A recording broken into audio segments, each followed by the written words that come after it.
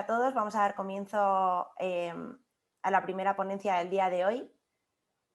Está con nosotros Fernando Sampedro. Fernando Sampedro es doctor en Tecnología de los Alimentos por la Universidad Politécnica de Valencia, España. Ha sido consultor internacional con ICA, FAO y OPS en proyectos relacionados con el análisis de riesgos. Ha dictado cursos y ponencias en múltiples congresos en Latinoamérica y el sudeste asiático, África y Estados Unidos. Actualmente es coordinador de la red FS Risk, financiada mediante un proyecto de facilitación al comercio de la Organización Mundial del Comercio de análisis de riesgos e inocuidad de alimentos en Latinoamérica. Es consultor internacional y profesor afiliado de la Universidad de Minnesota y la U de Laval de Canadá. Bienvenido, Fernando. Es un placer contar contigo en el día de hoy. Cuando quieras, pues comenzar a compartir pantalla. ¿Qué tal? Buenos días. Gracias, Susana. Un placer estar con todos vosotros, con la comunidad de Latinoamérica y España. Gracias al Global Certification Bureau por la invitación. Y bueno, vamos a hablar mucho de riesgo hoy, ¿sí? Vamos a hablar de análisis de riesgo, ¿sí? Entonces, la idea que yo llevo es hablar un poco de cómo aplicar el análisis de riesgos a toda la cadena alimentaria con todas sus dimensiones, ¿verdad? Entonces, para situarnos un poco, ¿verdad? La idea es que cuando hablamos de gestión integral del riesgo en la cadena, estamos hablando de diferentes dimensiones. Muchas veces solo pensamos en inocuidad y va a ser lo principal en lo que vamos a hablar en el día de hoy, pero fijaros que también tenemos otras dimensiones dentro de nuestra cadena de alimentos en el que hoy en día la mayoría de certificaciones privadas e incluso aquí, por ejemplo, en Estados Unidos, nos están pidiendo ya una evaluación de riesgos en temas como defensa alimentaria, que tengamos un plan de defensa alimentaria, que tengamos un plan de fraude alimentario, ¿de acuerdo? Y que hagamos una evaluación de riesgos en fraude alimentario. Y a su vez, me imagino que todo el mundo de la industria está muy consciente de lo que es el riesgo ocupacional por todo el tema de la pandemia y COVID-19. Es decir, cualquier empresa pequeña, mediana o grande ha tenido que implementar seguro cambios en la forma en la que están produciendo los alimentos debido a la pandemia de COVID-19. Entonces, esa va a ser un poco la idea de la charla de hoy. Vamos a hablar un poco de qué lecciones hemos aprendido del COVID. Me imagino que todo el mundo tiene un montón de lecciones aprendidas, o deberíamos tener lecciones aprendidas de lo que nos ha pasado y lo que nos está pasando con el tema del COVID. Una de las cosas que yo quiero destacar es que hemos puesto a prueba nuestros sistemas de gestión de inocuidad. Es decir, todas las empresas que se enfrentan a una crisis como esta, pues se tambalean, ¿verdad? Y se tambalean. Y este balance que hay, que está soportado por lo que son los planes operativos estándar de limpieza y desinfección, los programas prerequisito como las buenas prácticas de manufactura y todos los sistemas de gestión integrados de la inocuidad de alimentos, como puede ser un plan HACCP y todas las normas privadas, las hemos puesto a prueba con esta crisis, ¿verdad? ¿Y qué dos cosas han soportado a que las empresas manejen mejor esta crisis? La cultura de inocuidad, es decir, si cada trabajador de la empresa es consciente de la importancia de la inocuidad de alimentos, de la higiene, de la salud pública y estamos comprometidos con ello, ¿verdad? Y por otro lado, el componente humano, que al final es lo que hace que una empresa supere una crisis o no, o que la logre gestionar o no, ¿no? Porque las empresas pueden tener millones de papeles, millones de documentos, millones de protocolos. Si eso alguien no lo aplica y no sabe cómo aplicarlo, no vamos a poder gestionar bien una crisis de esta magnitud, ¿verdad? Entonces, la cultura de inocuidad, que todos seamos conscientes de la importancia de inocuidad y, por otro lado, que la gente sepa lo que hacer y que esté involucrado a ello, ha sido súper importante en esta crisis. Otro tema que me imagino que la mayoría de empresas, y si no lo han aprendido, lo deben aprender, es el enfoque preventivo. No podemos esperar a que nos ocurra otra crisis para implementar un plan de gestión de crisis, para implementar cosas que las hemos tenido que implementar muchas veces día a día con esta crisis. Por un lado es la cultura de inocuidad, que ya lo comentábamos, ¿verdad? Pero cultura de inocuidad no en papel. Tenemos 50.000 versiones de planes de inocuidad, ¿verdad? Y es muy fácil copiar y pegar un plan de inocuidad y cuando venga un auditor decirle, mira, tenemos un plan de inocuidad. Eso no es lo que estamos buscando. Lo que estamos buscando es que las personas que trabajan en la empresa, desde el director general hasta cualquier operario, ¿verdad?, entiendan cuál es su rol en la inocuidad de alimentos, ¿verdad? Entonces, la cultura de inocuidad debe estar implementada y debe estar verificada por alguien que te diga, efectivamente, esto se implementó. Plan y equipo de crisis, ¿verdad? Plan y equipo de crisis. Si no lo tenemos implementado, lo deberemos implementar, y si no lo hemos implementado con el tema del COVID-19. Es decir, ¿qué protocolo vamos a seguir en una crisis? Y no pensemos solamente en COVID-19, pensemos en un recall, una retirada de un producto del mercado. Pensemos en una inundación, en un incendio, pensemos en que se nos cae un proveedor y no tenemos materia prima. Todo eso nos puede ocurrir en una planta de alimentos. ¿Dónde está ese plan de crisis que vamos a seguir, ese protocolo que vamos a seguir, y quién va a formar parte de ese plan de crisis? Simulacros. Yo sé que muchas empresas en Latinoamérica hacen simulacros. Simulacro de una retirada de producto es lo más común, ¿verdad? Simulacro de una retirada de producto. Es bueno hacerlo una vez al año, porque los simulacros nos permiten ver fallas en nuestro plan de crisis, ver qué cosas han funcionado y qué cosas no han funcionado, ¿verdad? Pero simulacros también puede ser por personas que se pongan enfermas, ¿de acuerdo?, por el tema del COVID-19, un incendio, una inundación. Es decir, ¿cómo vamos a gestionar esa crisis con un simulacro? Y finalmente, algo que se ha empapado en toda la gestión de la crisis que hemos hecho es el análisis de riesgos. Todo el mundo habla de evaluar el riesgo, evaluamos el riesgo, tengamos enfoque de riesgo, ¿verdad? Pero muy pocas veces nos han explicado cómo hacerlo, cómo evaluar el riesgo, ¿de acuerdo? Y a su vez, esto enlaza con esto, ¿verdad? Es decir, todo el mundo queremos tener el enfoque de riesgo, todo el mundo queremos hacer un análisis de riesgo, pero nos hemos planteado si en nuestra empresa existe un perfil de analista de riesgos. Y es algo que creo que se ha hablado muy poco en este último tiempo, ¿verdad? Tenemos generalmente la persona de control de calidad, tenemos la persona el director de operaciones, pero ¿alguien realmente está encargado de analizar el riesgo? Es decir, un analista de riesgos que sepa evaluar el riesgo, que sepa analizar los datos, que sepa un poco de estadística, que sepa establecer tendencias, gráficos de control, todo el tema de manejo de datos. ¿Tenemos a alguien en nuestra empresa que sepa eso? ¿O al responsable de calidad lo podemos formar en todo lo que tenga que ver con el análisis de riesgos? Gestión, ¿verdad? ¿Cómo identifico yo fallas en el sistema, es decir, donde hay mayor riesgo, y cómo puedo implementar opciones de mitigación, opciones de control que me permitan reducir el riesgo? Y finalmente, algo que muy pocas veces nos enseñan a cómo hacer y que lo hacemos prácticamente aprendiendo con la experiencia, y es cómo comunicarlo. Es decir, a los trabajadores de la empresa hay que comunicarles cambios, protocolos, gestión de crisis, y todo el tema del COVID-19. Yo creo que la mayoría de los que hemos trabajado en alimentos o trabajamos en salud pública hemos aprendido mucho de cómo comunicar. Pero pocas veces nos enseñan a cómo comunicar el riesgo, ¿verdad? Cómo gestionar un riesgo y comunicarlo con la agencia regulatoria, por ejemplo, de mi país, en el caso de un recall. Eso es súper importante. Entonces, la figura del analista de riesgos es algo que os recomiendo que la empecemos a visualizar en nuestras empresas, ¿de acuerdo? ¿Quién se va a encargar de hacer este análisis de riesgos? Con esa figura del analista de riesgos, ¿qué vamos a hacer? Optimizar los recursos. O por lo menos direccionar los recursos hacia donde hay mayor riesgo.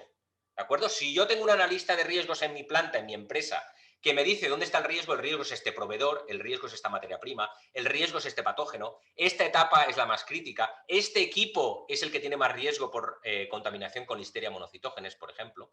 Ahí es donde voy a enfocar mis recursos. En vez de estar pegando palos de ciego, como decimos en España, ¿verdad? Vamos a enfocar nuestros recursos, optimizar nuestros planes de muestreo, optimizar los recursos que tenemos humanos, capacitación, hacia donde hay mayor riesgo en mi empresa, ¿verdad? Entonces, esto ha sido un poco como un calentamiento, ¿verdad? Un abrebocas a lo que puede ser lo que hemos vivido, lo que hemos aprendido, lo que hemos debido aprender, yo creo, en esta época de crisis con el tema del COVID-19, ¿verdad? Antes de entrar de lleno en el análisis de riesgos y sus herramientas, siempre es bueno, y yo en cualquier charla que doy hoy en día voy a lo básico, y es que la mayoría de empresas, desgraciadamente, no sabemos diferenciar entre peligro y riesgo, ¿de acuerdo? Ni tampoco sabemos exactamente cómo utilizar los indicadores microbiológicos y qué diferencia hay entre un peligro y riesgo, ¿verdad? El peligro no es lo mismo que el riesgo, ¿de acuerdo? El peligro es el agente biológico, químico, físico, y esto lo sabemos hasta la saciedad todo el mundo que ha visto planes HACCP, lo sabemos en teoría, pero luego resulta que no sabemos cómo aplicarlo o nos confundimos luego en cómo aplicarlo. ¿Y qué es lo importante aquí? Lo que muchas veces no... La primera parte de esta definición la tenemos clara, lo que a veces se nos escapa es lo de capaz de causar enfermedad. Todo lo que no sea capaz de causar enfermedad no entra dentro de inocuidad de alimentos. Y parece algo básico, pero os sorprenderíais las veces que yo veo planes HACCP donde no saben identificar bien el peligro, donde ponen aspectos de calidad en temas de inocuidad.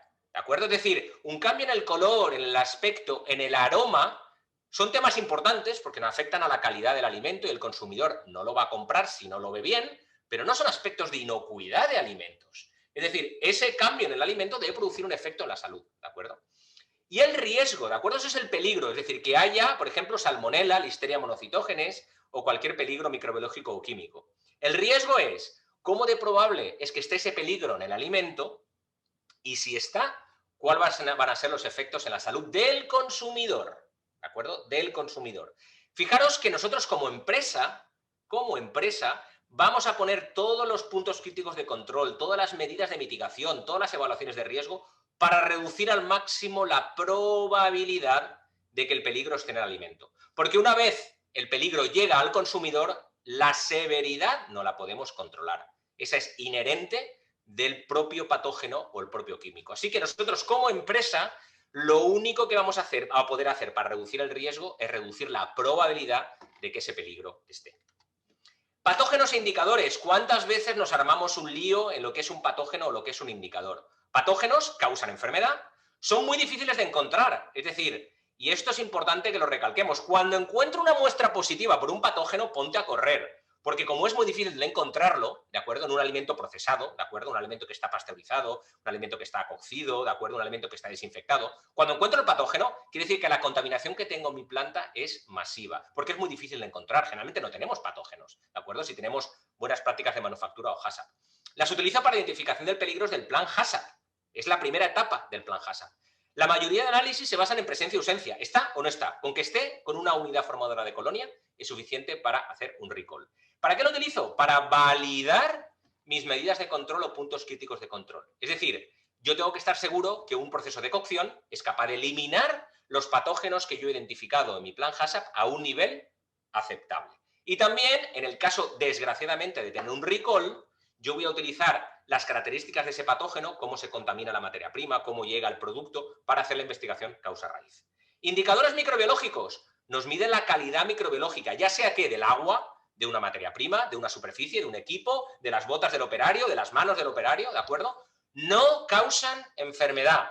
Y esto es como un mito que de vez en cuando, aún en muchos países en Latinoamérica, aún está el mito de que el indicador microbiológico produce enfermedad. No, señores y señoras, el indicador microbiológico no produce enfermedad, ¿de acuerdo? Lo utilizo para ver la posible presencia del patógeno, ¿de acuerdo? En el caso de que el indicador microbiológico pueda estar relacionado con el patógeno.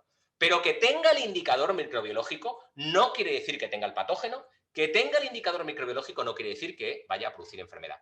¿Por qué los utilizo? Bueno, porque son mucho más fáciles de encontrar. Es mucho más fácil de encontrar enterobacterias que salmonela. Los puedo cuantificar y esto me sirve mucho para hacer análisis de datos y para hacer evaluación de riesgos, los puedo cuantificar. ¿Y para qué me sirve? Para actividades de verificación. Verifico las materias primas, verifico el ambiente de la planta, verifico el producto terminado, ¿de acuerdo?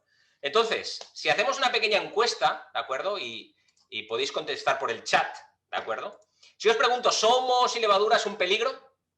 ¿Somos y levaduras un peligro? A ver, ¿quién me sabe contestar en el chat? Si mohos y levaduras son un peligro.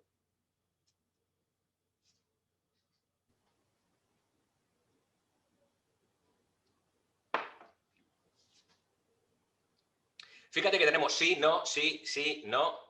Tenemos ahí algunos que sí, algunos dicen que depende de las produce micotoxinas. Por ahí vamos bien, el tema de las micotoxinas es importante. Pero estoy hablando, los mohos sí se produce micotoxina, pero yo no he hablado de nada más, yo simplemente he hablado del indicador mohos y levaduras. El indicador mohos y levaduras, ¿de acuerdo? Mohos y levaduras como indicador, ¿de acuerdo? No es un peligro del plan HACCP. No es un peligro. Mohos y levaduras no me dicen nada. No me dice si el moho produce aflatoxinas o no. No me dice nada. Es un indicador de calidad. Yo no quiero mohos y levaduras en mi producto. No quiero mohos y levaduras en mi producto. Pero no es un peligro de un plan HACCP. No me afecta la inocuidad.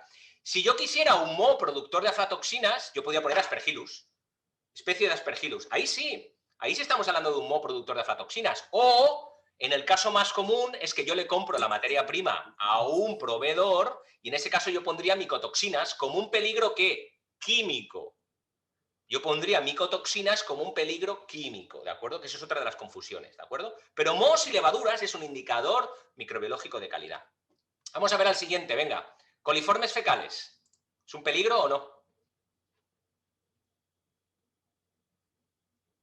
Coliformes fecales. ¿Es un peligro?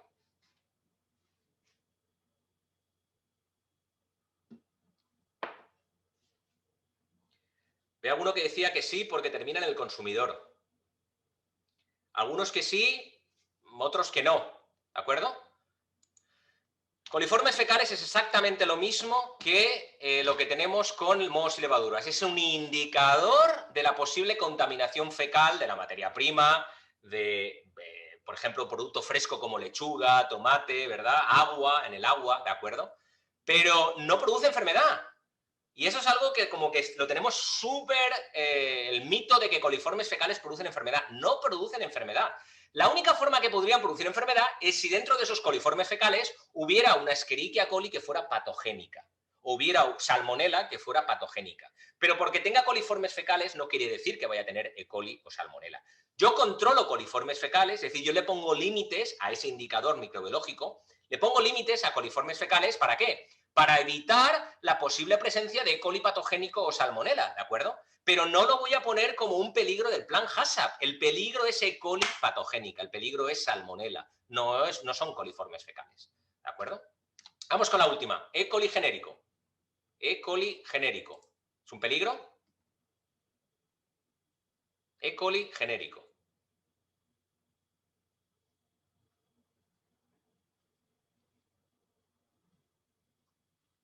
La mayoría dicen que no porque efectivamente es un indicador. Es el genérico, ¿correcto? Es decir, dentro de la E. coli genérica me caben todos los serotipos o todos los serotipos de E. coli, tanto patogénicos como no patogénicos, ¿de acuerdo? Entonces, la E. coli genérica la utilizo, ¿de acuerdo?, para medir la posible presencia de E. coli patogénica, ¿de acuerdo? Entonces, cuando yo ponga la identificación del peligro del plan HACCP, yo pondré E. coli patogénica. E. coli patogénica, ¿de acuerdo? Ese es el peligro que yo quiero controlar.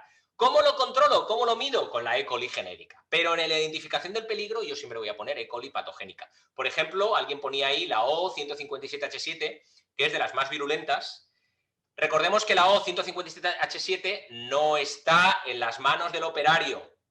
No está en las manos del operario a no ser que sea portador de esa bacteria, ¿de acuerdo? ¿Cuántas veces he visto E. coli O157H7 en las manos del operario, ¿de acuerdo? No están en las manos del operario. Puede haber otras cepas de E. coli, pero no la O157H7, ¿de acuerdo? Entonces, es importante que, y esto es fundamental, si no sabemos diferenciar entre peligro, riesgo, peligro, indicador, no vamos a poder hacer un análisis de riesgos, ¿de acuerdo? Esto creo que nos visualiza mucho qué es lo que queremos medir con los indicadores. Enterobacterias es el grupo más genérico, después coliformes totales es un grupo dentro de las enterobacterias, después tenemos los de origen fecal, dentro de los de origen fecal tenemos la E. coli genérica o también llamado E. coli biotipo 1, ¿de acuerdo? Y dentro de la genérica tenemos la patogénica. Entonces, por medir enterobacterias, fijar los grados de magnitud que tenemos hasta la E. coli patogénica. Tenemos muy poca concentración o es muy improbable encontrar la E. coli patogénica, por eso utilizamos cualquiera de estos indicadores porque son mucho más fáciles de encontrar, ¿de acuerdo? Listo, esto ha sido entonces como también un abrebocas de cuáles son los conceptos fundamentales en el análisis de riesgos. Vamos a ver cómo lo vamos a gestionar de forma integral y la primer componente es inocuidad, ¿de acuerdo? Fijaros que la mayoría de empresas tiene HACCP y programas prerequisito, ¿de acuerdo? Buenas prácticas agrícolas, de manufactura, higiénicas. ¿Hacia dónde vamos? Hacia lo que llamamos HACCP avanzado.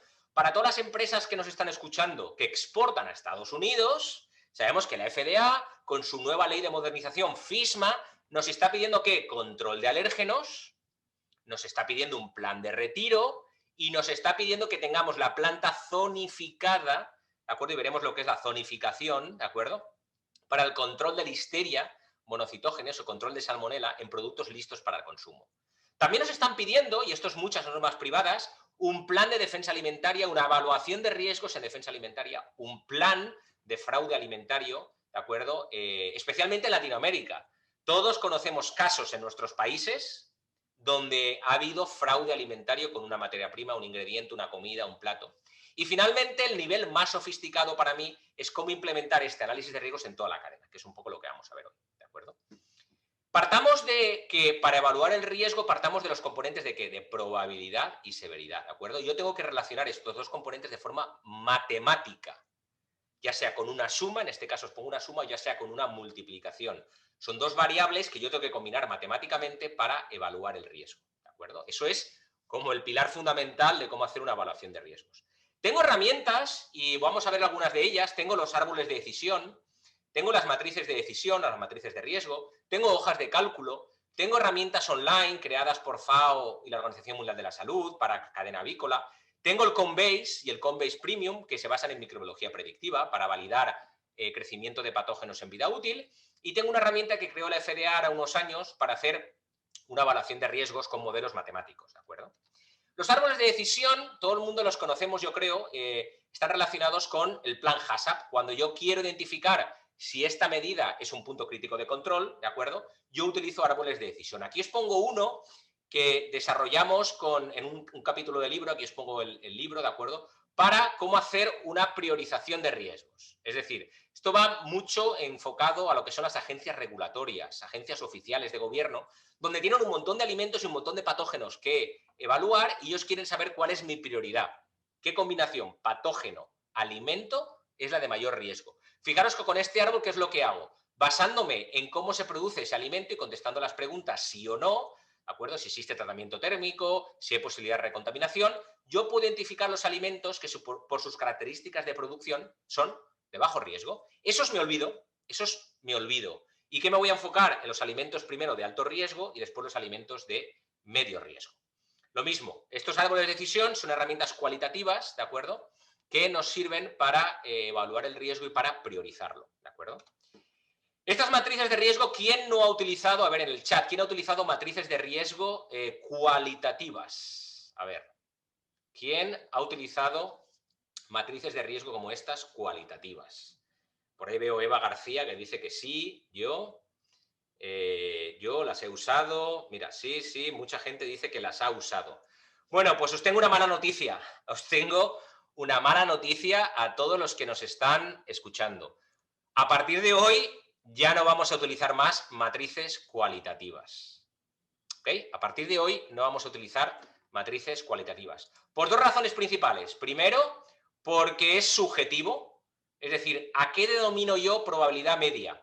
¿A qué denomino yo probabilidad alta? ¿A qué denomino yo probabilidad baja? ¿A qué denomino yo severidad baja? ¿A qué denomino yo severidad media? ¿Y a qué denomino yo severidad alta?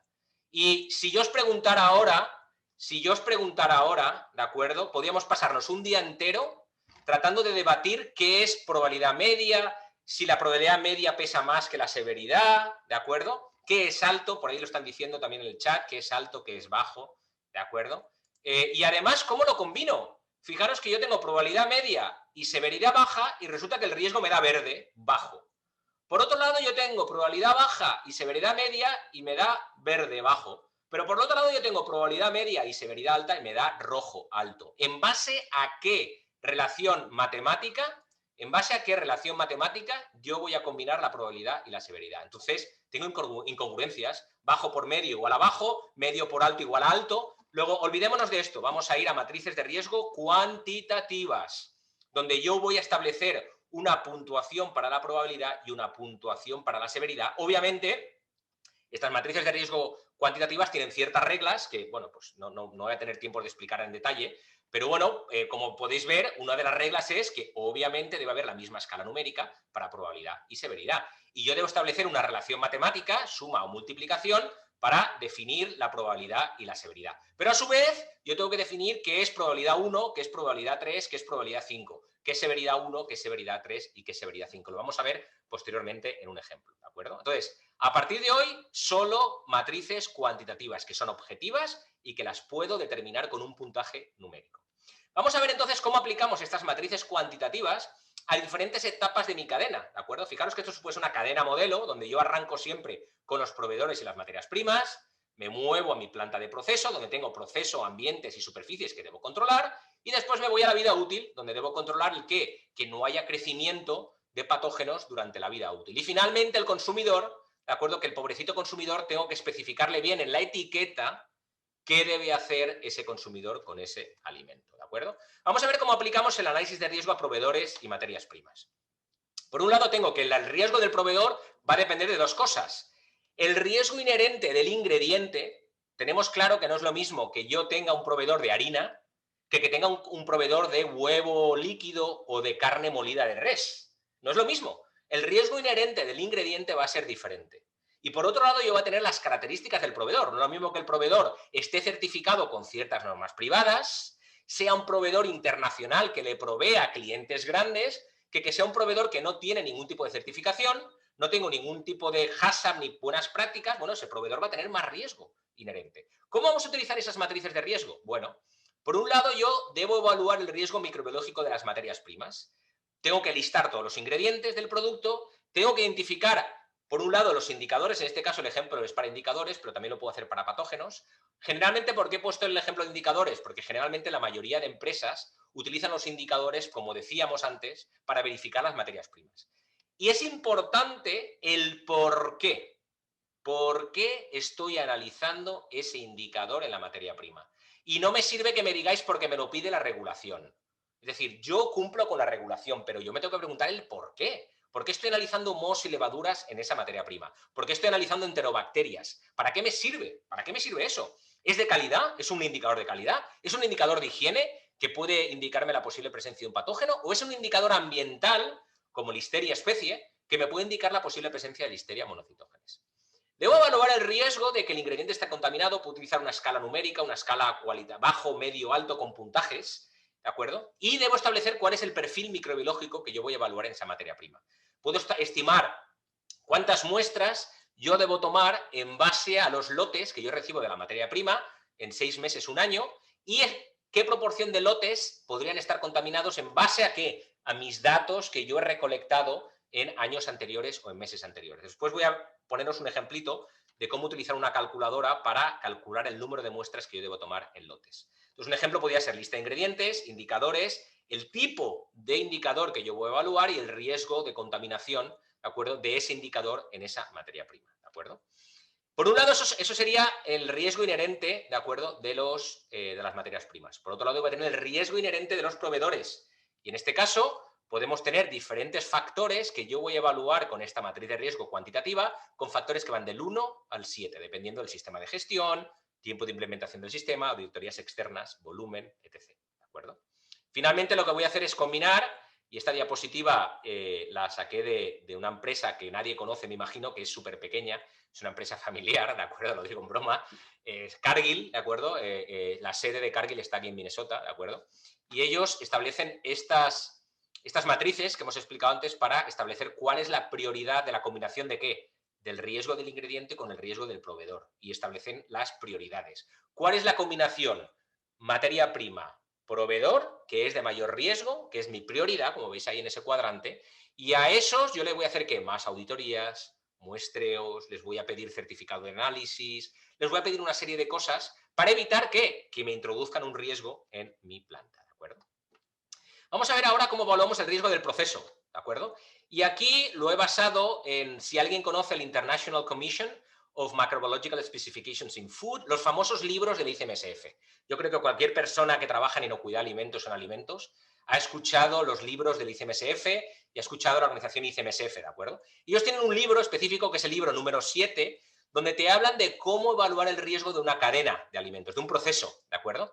Y lo que te hablan, obviamente, es partir de la probabilidad de la severidad, pero lo que te dicen es que la probabilidad la puedes romper ¿en qué? En 3 componentes: contaminación inicial, menos inactivación, más recontaminación, usando puntajes numéricos. Esto lo podemos basar en escala numérica, ¿de acuerdo?, con otras matrices, donde yo puedo evaluar cuál es la prevalencia de la materia prima, escala de 1 a 4, ¿Cuál es el grado de reducción que produce mi punto crítico de control, desde 0 al 100% de reducción? ¿Y cuál es la probabilidad de que mi alimento se recontamine dependiendo de cuántos puntos de manipulación yo tenga en mi proceso? Luego, haciendo los cálculos de contaminación de la materia prima menos lo que se reduce más lo que se puede recontaminar, yo puedo evaluar cuantitativamente ese proceso. Y posteriormente, como comentábamos antes, yo tengo que definir la escala de severidad. En este caso lo he definido en base a los datos de hospitalización y de mortalidad de patógenos en Estados Unidos, este paper, el Scalan, 2011, donde yo puedo evaluar la severidad de diferentes patógenos. La severidad 4, Listeria, Clostridium botulinum, el famoso E. coli O157H7, Salmonella, el 3, Campylobacter 2 y el resto de patógenos que producen toxinas pero no son mortales, los tenemos en severidad 1. Luego, cuando yo combino severidad y probabilidad, sumo probabilidad y severidad, yo puedo tener una lista de diferentes ingredientes, en este caso podría ser, o alimentos, donde yo tengo categorizados por puntajes de riesgo diferentes alimentos. Yo puedo saber cuál es mi prioridad. ¿Es Salmonella en producto cárnico listo para el consumo? ¿O es Listeria, o es E. coli, o es Clostridium perfringens? ¿De acuerdo? Con esto, a su vez, yo también puedo establecer cuál puede ser el plan de muestreo que yo voy a hacer en materias primas o en producto terminado en base al riesgo. En base a ese puntaje que yo he obtenido, yo puedo multiplicar en este caso, por ejemplo, la probabilidad de severidad, tener un puntaje de riesgo, ¿de acuerdo? Para diferentes, por ejemplo, en este caso sería un ingrediente, o puede ser cangrejo, ¿de acuerdo? Carne de cangrejo, ¿de acuerdo? O surimi de cangrejo. Yo tengo un puntaje final de riesgo de esa materia prima o de ese producto y yo lo que voy a hacer es calcular qué porcentaje aporta E. coli al riesgo, qué porcentaje aporta cada uno de los patógenos al riesgo, calcular ese porcentaje y a partir de ahí, a partir de las muestras que yo tome de ese ingrediente, yo puedo clasificar o asignar muestras dependiendo del riesgo que tenga cada uno de esos patógenos. Entonces, 6 muestras, le asignaría 6 muestras a E. coli, 6 a Staphylococcus aureus, 20 a Listeria, 20 a Vibrio, 30 al otro Vibrio, ¿de acuerdo? 50 a Salmonella, dependiendo de su nivel de riesgo calculado a partir de estas matrices.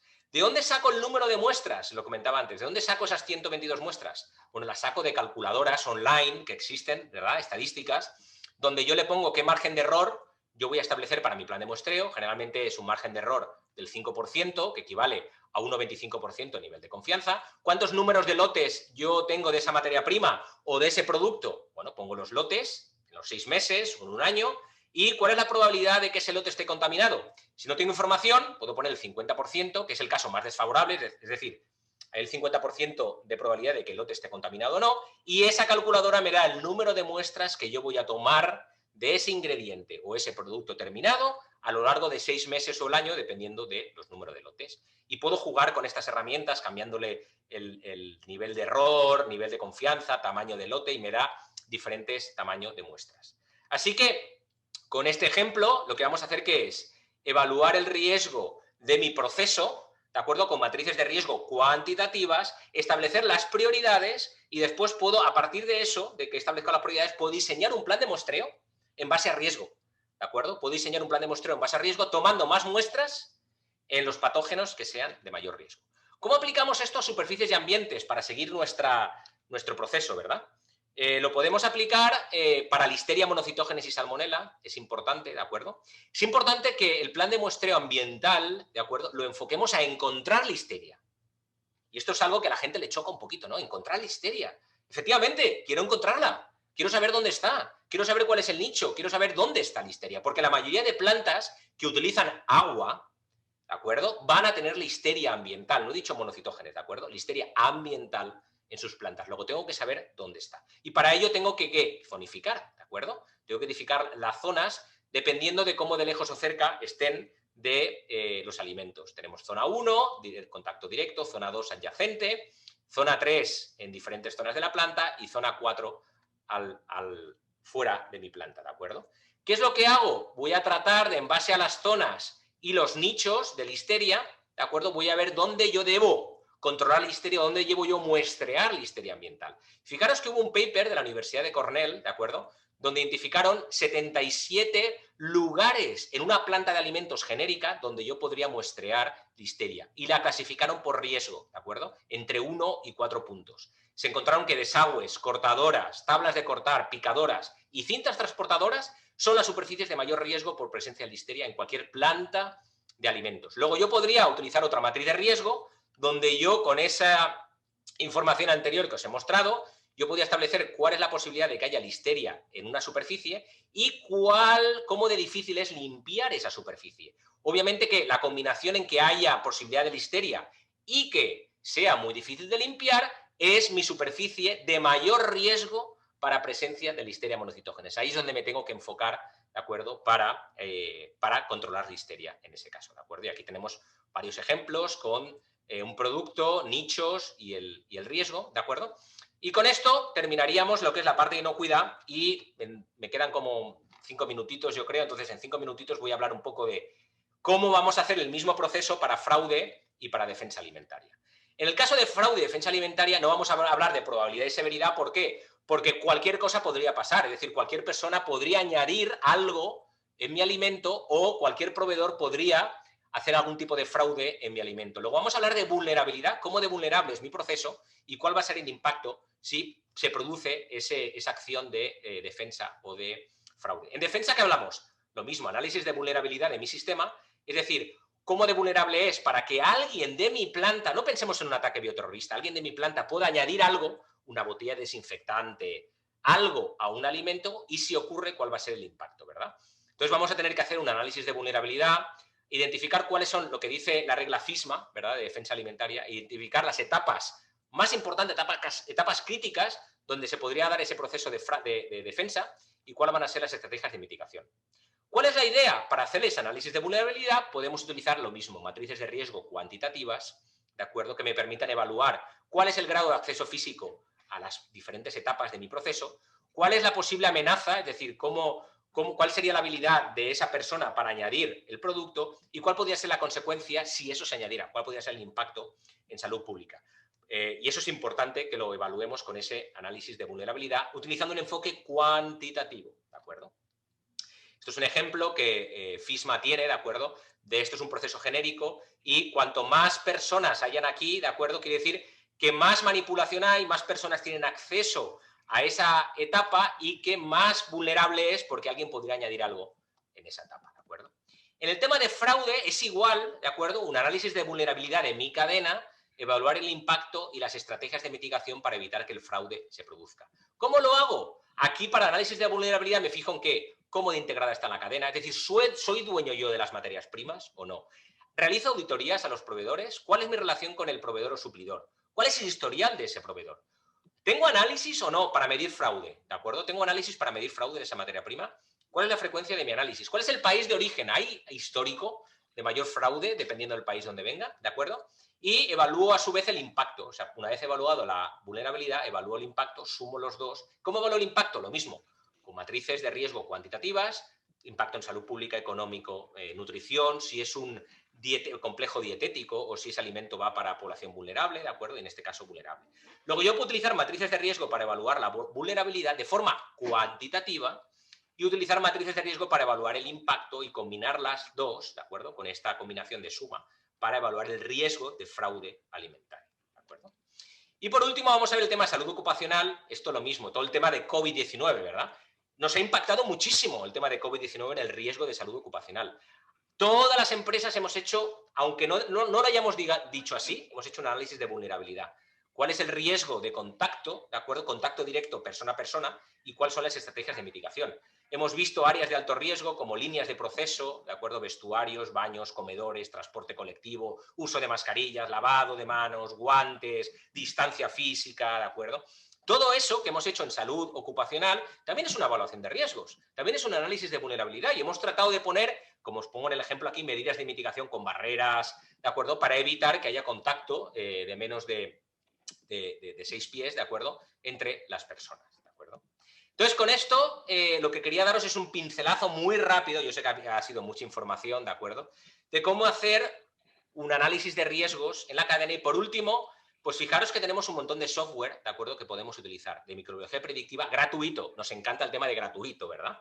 Tenemos el Combase y el Combase Premium en microbiología predictiva, ¿de acuerdo? Tenemos todos los libros del ICMSF y las hojas de cálculo. Y tenemos herramientas de FAO como el famoso Poultry Tool de la cadena avícola, quien trabaje con pollo, ¿de acuerdo?, puede hacer una evaluación de riesgos, fórmulas infantiles para Cronobacter sakazaki, planes de muestreo microbiológicos, planes de muestreo para aflatoxinas, ¿de acuerdo? Planes de muestreo para histamina, para productos de la pesca, ¿de acuerdo? Y esta famosa herramienta de la AirRisk que os comentaba de la FDA, ¿de acuerdo? Donde también puedo hacer evaluaciones de riesgo. Y por último, para terminar, ¿de acuerdo? Os muestro un manual de la Organización Panamericana de Salud que yo tuve el placer de coordinar, ¿de acuerdo? Que se llama Evaluación de Riesgos Microbiológicos en Alimentos, guía para implementación en los países. Quien quiera saber más de evaluación de riesgos microbiológicos en alimentos y cómo puede hacer esta aproximación cuantitativa, les recomiendo que acudan a este manual de OPS de la Organización Panamericana de Salud, que les va a ser de mucha ayuda. Mensajes finales. Apliquemos la evaluación de riesgos en la toma de decisiones. Tengamos el analista de riesgos en nuestra empresa para que la toma de decisiones esté basada en ciencia. Utilicemos el enfoque cuantitativo, no más cualitativo. Cuantitativo para evaluar el riesgo y analicemos la cadena, desde los proveedores hasta la distribución. Así que muchas gracias y le paso la palabra a Susana. Hola Fernando, muchísimas gracias. Ha sido un placer, muy interesante toda la ponencia. Gracias por compartir con nosotros todo tu conocimiento en el día de hoy. Si te parece, vamos a proceder a la ronda de preguntas. Te voy comentando un poquito lo que ha salido en el chat, mientras que los participantes van escribiendo todas las dudas que les puedan surgir. En primer lugar, nos preguntaron, Fernando, que si nos puedes facilitar la bibliografía de la cual extraes la matriz de riesgos cuantitativa. Sí, la tenemos, fijaros que la tenéis ahí, la voy a poner, ¿vale? Para que tengamos ese paper ahí a mano. Perdón.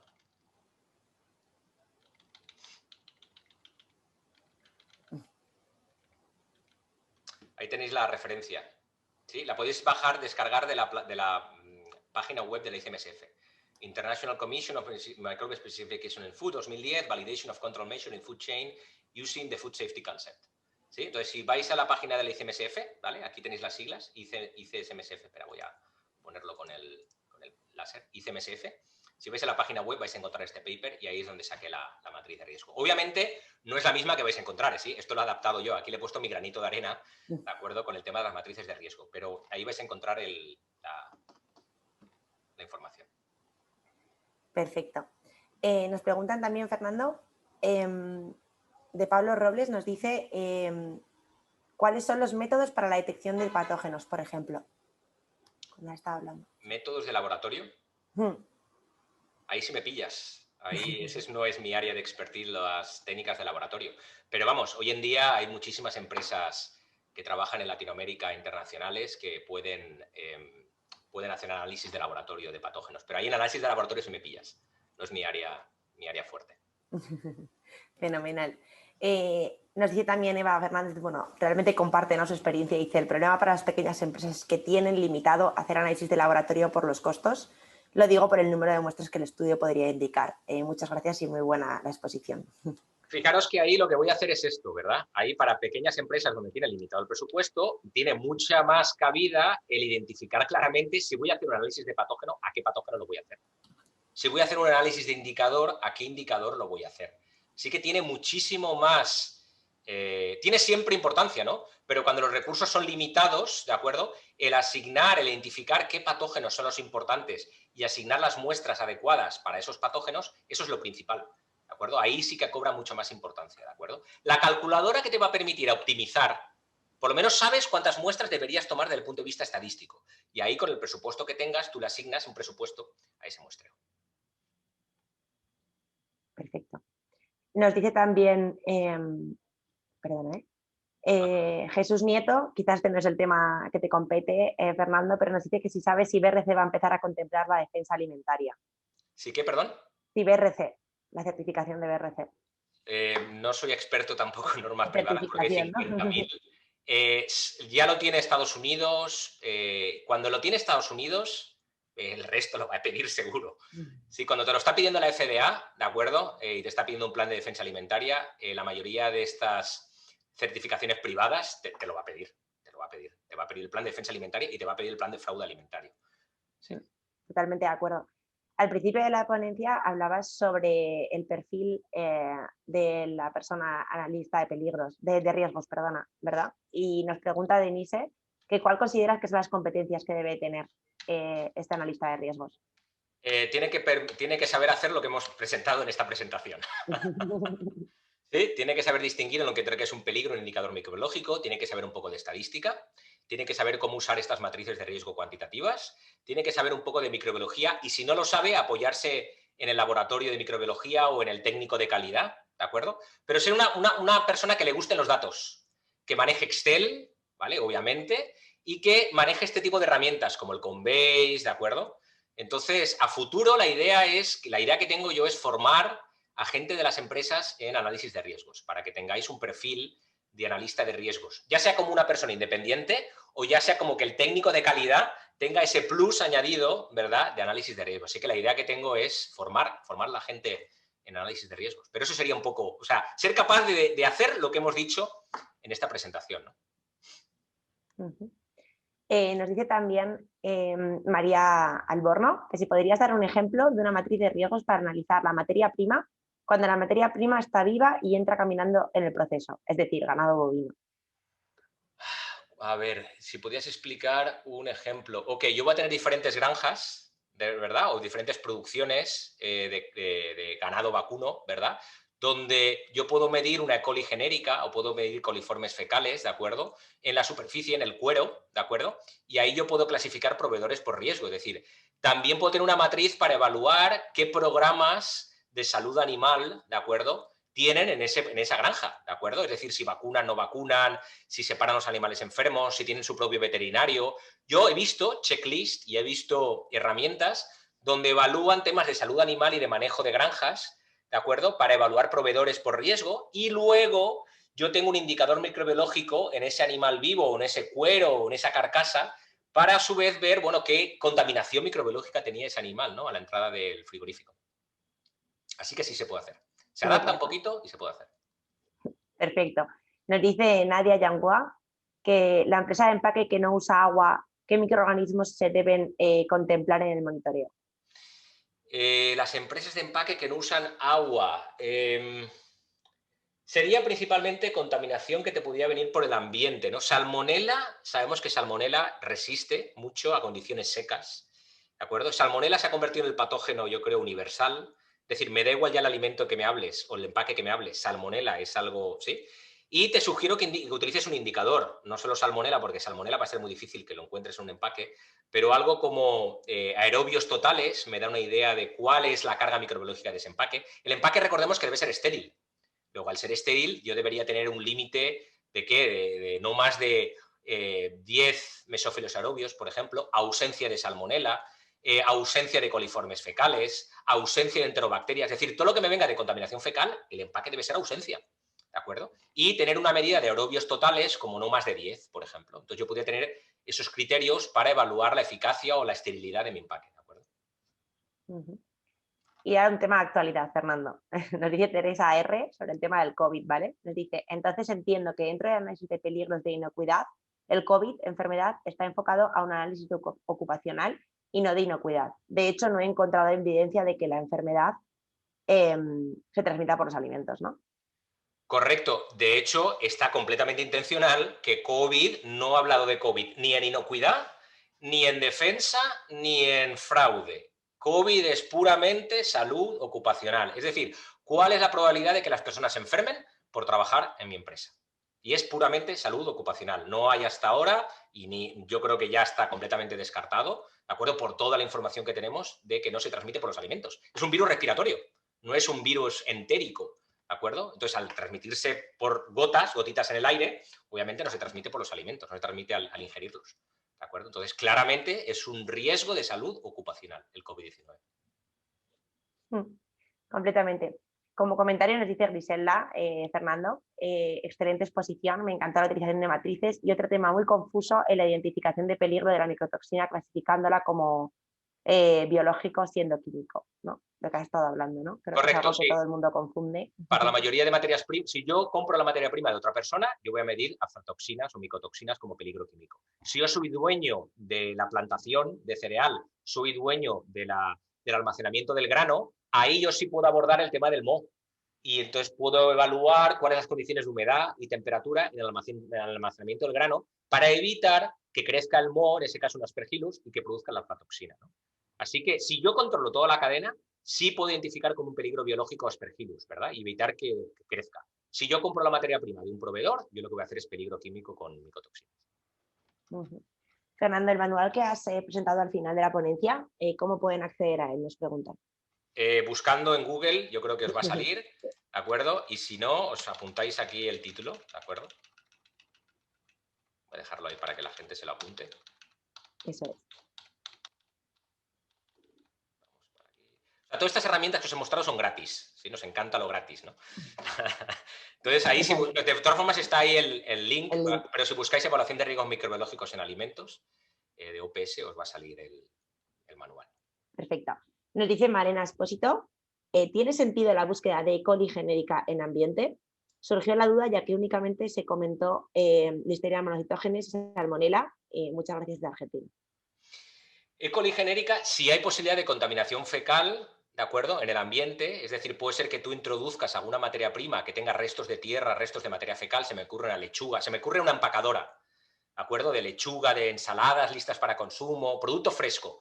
Hay posibilidad de que te entre la lechuga con contaminación fecal, con E. coli genérica, y que tú la puedas medir en superficies para estar seguro de que has eliminado esa posible E. coli genérica que te entró con la materia prima.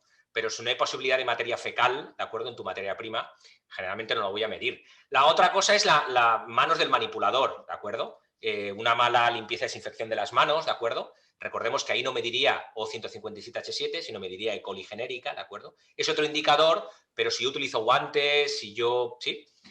Pues quizás utilizaría otro tipo de medida, ¿no? Como aerobios totales, ¿de acuerdo?